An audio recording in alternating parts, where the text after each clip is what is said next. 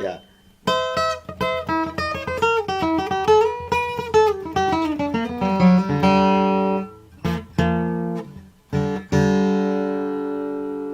This is a Merrill. I've had a couple of Merrills on my channel. This is a C-18, and I'm not sure of the year. Serial number, it's pretty early serial number. I think it's about 99 if I recall what the owner said. It's a really nice guitar and nice neck. You know I'm big on necks, and this is just a very comfortable neck. Nice taper to it.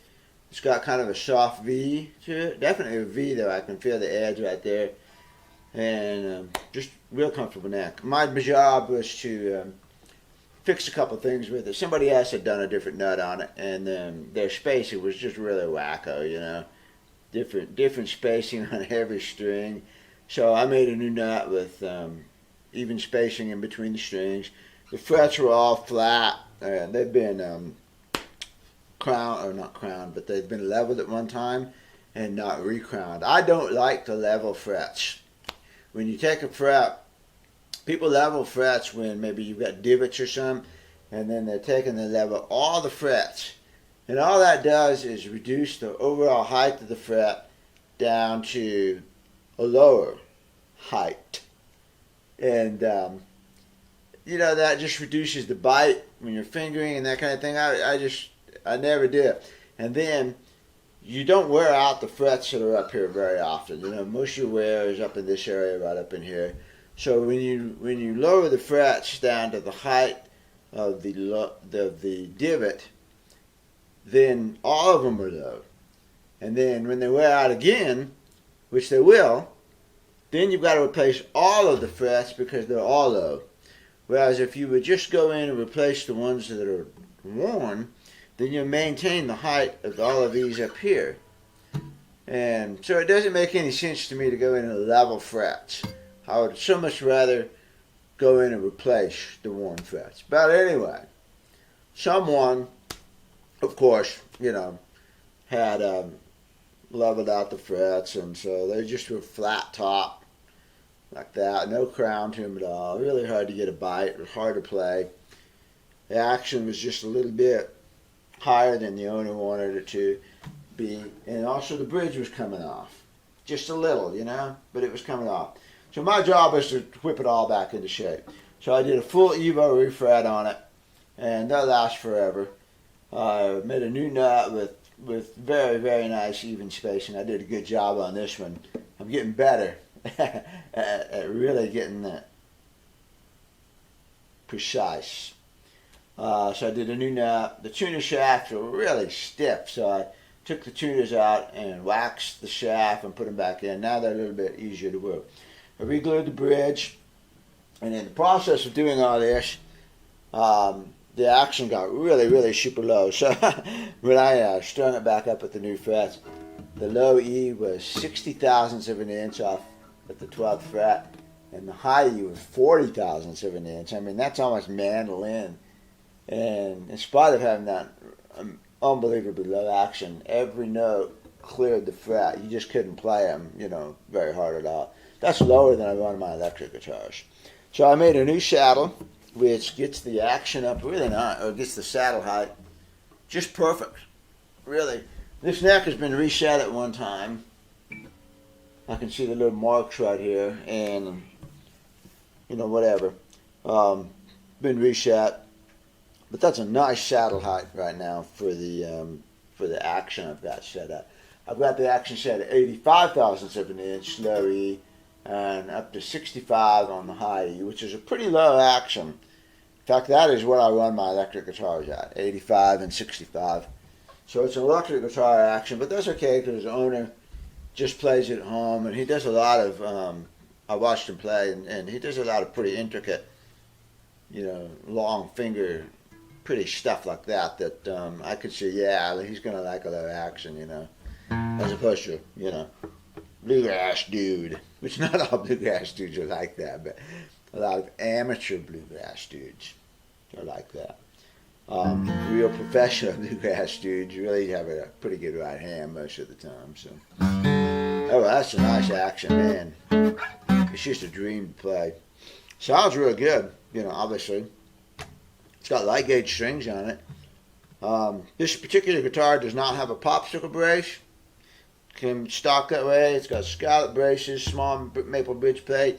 It has a small bridge, narrow this way, which is something that vintage Martins have, and almost none of the modern Martins have this narrow of a bridge.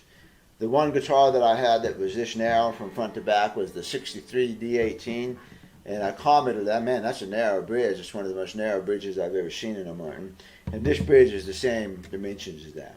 I feel like, I know, pretty sure that a narrow bridge like this will give a lot more twist.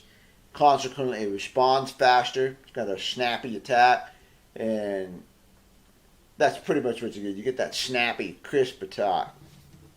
So, And I know that because we've, Mario Prue and I have experimented with putting straight bridges in on, this kind of footprint. It's, swapping bridges back and forth. And when you put a straight bridge in on here, you'll get a punchy, snappy, kind of almost a Gibson-ish kind of sound, The bigger the belly you get back here, the more it smooths it out, makes it mellow, slower attack. So I'm a fan of narrow bridges. And personally, I think this is pretty much just about the perfect D18 style guitar. Yeah, it really is. It's got wonderful wood, great construction. Man, it's nice, I can't, there's not a thing in the world wrong with this guitar, so it's good.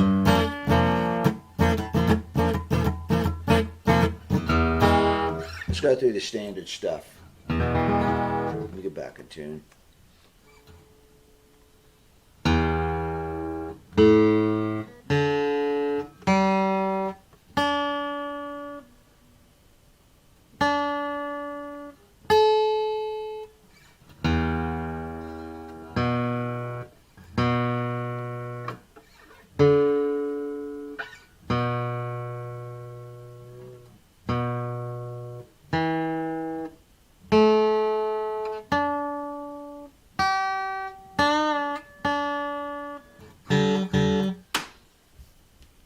Let's go through the standard repertoire of licks and stuff just for comparison purposes.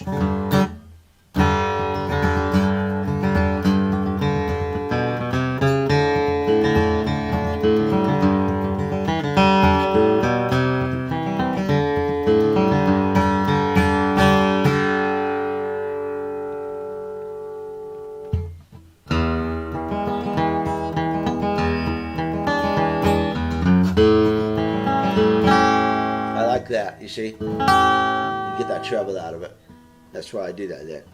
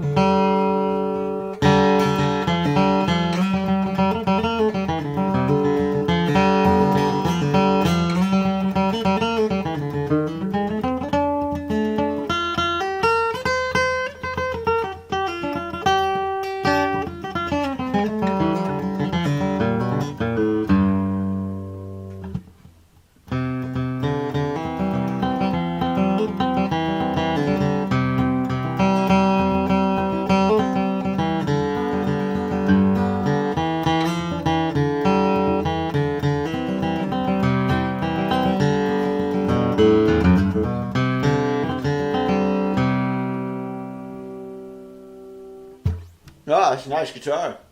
Really good. Really pleasant, fun to play. Plays like a dream. Super easy to play. Yeah. No complaints on this one. Owner lives in Colorado. 4 hours away. Due to the virus, I gotta ship it to him, so I'm gonna ship it to him. But fact of the matter is, shipping's just about as easy as anything else. It takes me 4 hours to drive up there and 4 hours to drive back, so it's a good long day anyways to get it back, and I can ship it up there for about $40, so with the box I have to pay. So anyway, it's gonna go home. It's gonna be fine. Nice guitar. Really like it. I had some criticisms about some of the other Merrills that I had played earlier. The necks seemed to really taper fast on them, like the 37 Authentic. But this is not the case on this one. This is a wonderful taper. Just a perfect neck, really. It's really comfortable. I could 100% have this guitar as my only dreadnought. Good. Oh, I like the clean fingerboard too, you know. The more things I notice about it, the more. But I really like that clean fingerboard with just the one inlay up here. Of course, I have inlay dots over here, and that's really all I need to see. I like the vine, the whatever this is, the flower pot, the aliens. To me, it's an alien spaceship. I like that inlay, you know. It's cool.